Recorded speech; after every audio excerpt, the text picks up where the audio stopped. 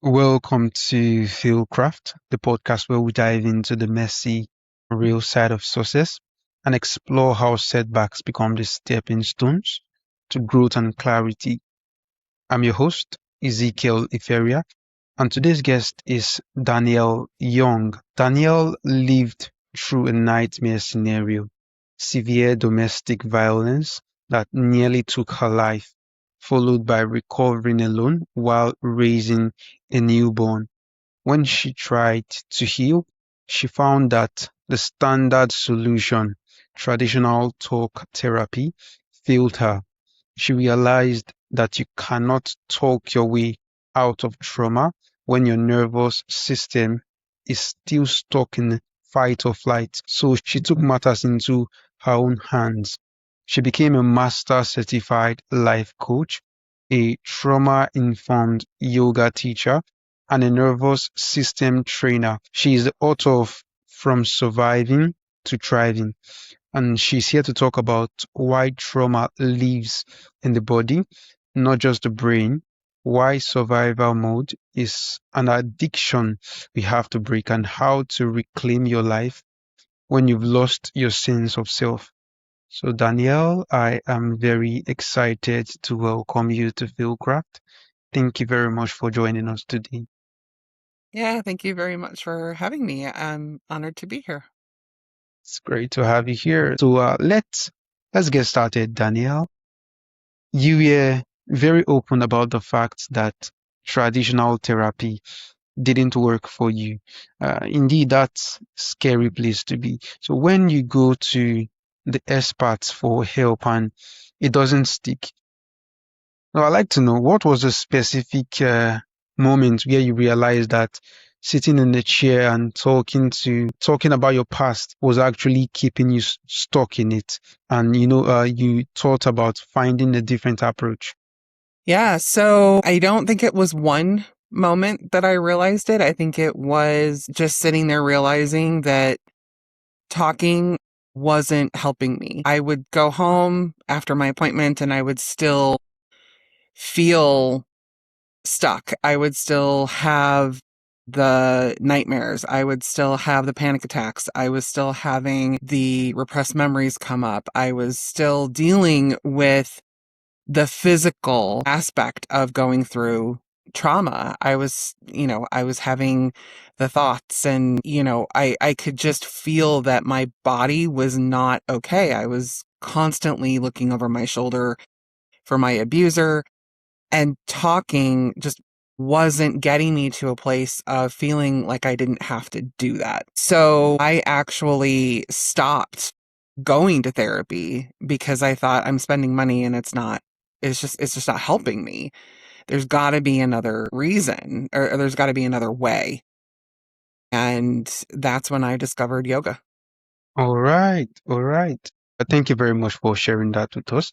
So you are a certified nervous system trainer. Most people think trauma is just a bad memory. So can you explain why trauma is actually a biological issue? Is is survival mode basically a physical loop that the body forgets how to turn off? Yeah, exactly. So what happens is when something happens to you, like a traumatic event, your body reacts, your nervous system reacts. And the way that it reacts is by putting us in that fight or flight mode. It starts releasing cortisol and adrenaline and, a few other hormones, but those are the big ones that people know. And what happens with trauma is your body never shuts that off until you tell it that it's safe.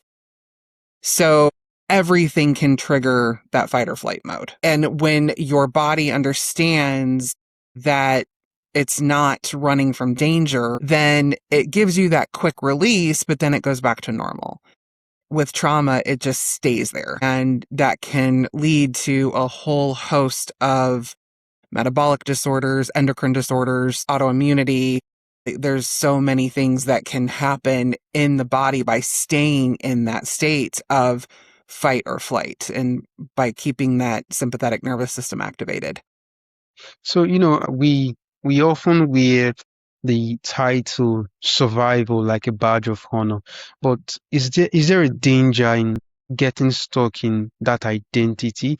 Do we eventually have to put the badge down and actually thrive? I don't know if it's so much the term survivor. I actually prefer the term survivor over the term victim. Like, I'm not a domestic violence victim. I'm a domestic violence survivor. I walked away from that situation living, which I didn't think that I would. And I think survivor gave me this boost of confidence. Like, you know what? I did that.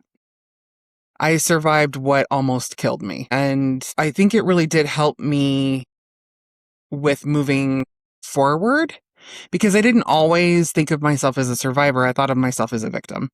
And when someone said, no, you survived it, you're a domestic violence survivor, I went, yeah, I like that better than being stuck in that victim mindset. So now I have a survivor mindset. Like, I can move forward. I can survive.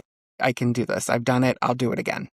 All right, all right. So, you went through recovery while raising a newborn, largely unsupported. Abuse thrives in isolation.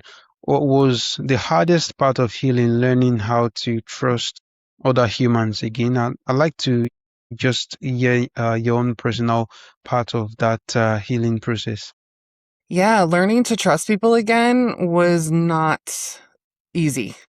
Luckily, I had my family uh, as a huge support system. I had my mom and my grandparents and my uncle, and they really helped me with my daughter, especially my mom, because she knew what I was going through. Because she was a single parent. I mean, I was an only child, so she knew me very well and knew what I had been through. And, she really did help me with babysitting and, helping me with my daughter in ways that I didn't know that I needed. And that gave me the space to kind of understand what was happening to me and gave me the space to be a mom when I felt I was capable of being a mom. But, being in that survivor mode, it wasn't easy with a So you teach trauma-informed yoga. So for the skeptic listening who thinks yoga is just stretching, can you tell us how exactly does moving the body actually release psychological pain? So the trauma lives in the body. If anybody has ever read The Body Keeps the Score by Dr. Bessel van der Kolk, they'll know. They'll understand it. By doing yoga, for me, when I started doing it, it helped me understand that I wasn't doing things like breathing. Something as simple as breathing, I was just not doing. And it was one night I was sitting in the middle of my living room floor, and I realized that after I had done a yoga session, I was able to take a deep breath. And that was the first time in a long time that I was able to do that. And by moving, just those gentle movements and the breath with it, yoga teaches you that it's all about becoming one with your body. And people think yoga is just about the poses. It's not. That is one limb of yoga. There are actually eight limbs of yoga, and the poses are only one. And another one is breathing. So when you're connecting that breath to yourself, you're letting your body know that it is safe. And something as powerful as breath is really the first step in regulating your nervous system. And sometimes it's not always about movement, but we have to move the trauma out. And the only way to do that is through small movements. Otherwise, it just gets stuck. And for me, yoga was also a confidence booster because I heard yoga and I think, oh, I have to fold myself into pretzel shapes and, do all of these weird things. And, and a lot of people still think that. They think they have to look perfect and be perfect and wear certain clothes to do yoga. And it's like, no, you can Anybody can do yoga. If you can breathe, you can do yoga. And I think that's really comforting for a lot of people to know that they can just sit there with their hand on their heart and breathe, and you're regulating your nervous system. And a lot of people don't understand that it's the gentle yoga, it's the yin, it's the restorative, it's sometimes hatha yoga. It's not the power yoga. Power yoga is cardio. I'll die on that hill. If you're doing the gentle movements of yoga, you're relaxing into your body and you're basically telling it, I'm safe. We're good. It's just this. We're not running from anything. We're not escaping from anything. We're breathing. We're with ourselves, and all is good in the world. Thank you very much for that very insightful response.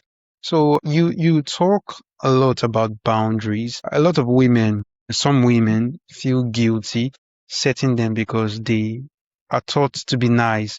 So is setting a boundary essentially just telling the world how to treat you? Yes, in a way, yes. So there's boundaries and then there's rules and standards.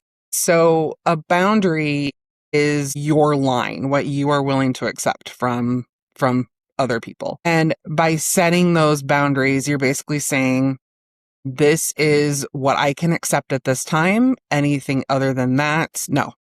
And a lot of women do feel guilty about that. A lot of men feel guilty about that as well, because we're not used to that. We're not used to setting boundaries. We're used to just giving in and saying yes when we don't mean it. And, we want to be the good guy and we want to be nice and we want to people please. And you're not doing yourself any favors by doing that, because you're abandoning yourself.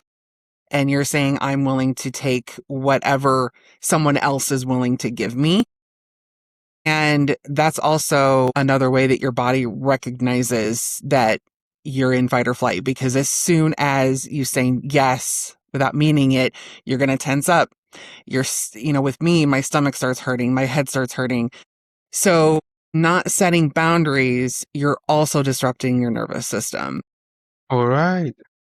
For the listener who is feeling panicked or triggered right now, maybe their heart is racing and they feel unsafe. So what's the one physical thing they can do in the next few minutes to tell their nervous system that they are actually safe? Yeah. Breathing. Sit somewhere where it's quiet. Mm-hmm. And I like to tell people, put one hand on your heart, the other hand on your belly, and just take deep breaths. Take a deep breath in, count to 4, hold it for a second, and then release for 4. And then once you get on that rhythm, start to increase the count and increase the inhale and then increase the exhale. And then that will start to regulate your body and let it know, hey, we don't need to be in fight or flight. We can calm down now. Thank you for sharing that. I sincerely hope it helps someone listening. So, Danielle, I'd like to ask you a personal one. I'd like to know, what does being successful truly mean to you at this stage of your life, at this point in your life? Being successful to me means that I wake up every day loving my life. It doesn't have anything to do with money. It means that I can wake up and I know that I have a purpose. I have 2 kids, and it means that my kids can look at me and say, you know what, that's my mom. And she's been through it and she keeps going. And I want to help other women. So success for me is just being able to serve, help other people get through what they're going through, no matter what it is. I feel like because of what I've been through, I have so much empathy for people who are going through trauma or toxic relationships. And success is just being able to have the knowledge, have the education, and to have that empathy to just help and serve others. All right, all right. Thank you very much for sharing that with us. Lastly, Danielle, For our listener who wants to find your program, book a call or connect or follow you online, so where is the best place for them to go? Best place would be my website. So it is inspiredactionwellness.com. All of my socials are on there. I've got all of my services listed. I've got my podcast is on there. Really everywhere that I could possibly be is on there. I'm on all the social medias as well. All right, all right. It's been a truly great time having a conversation with you, and I'm very excited and truly honored to have you on the show today. Thank you very much for taking the time to join us. Thank you so much. It's been great to be here.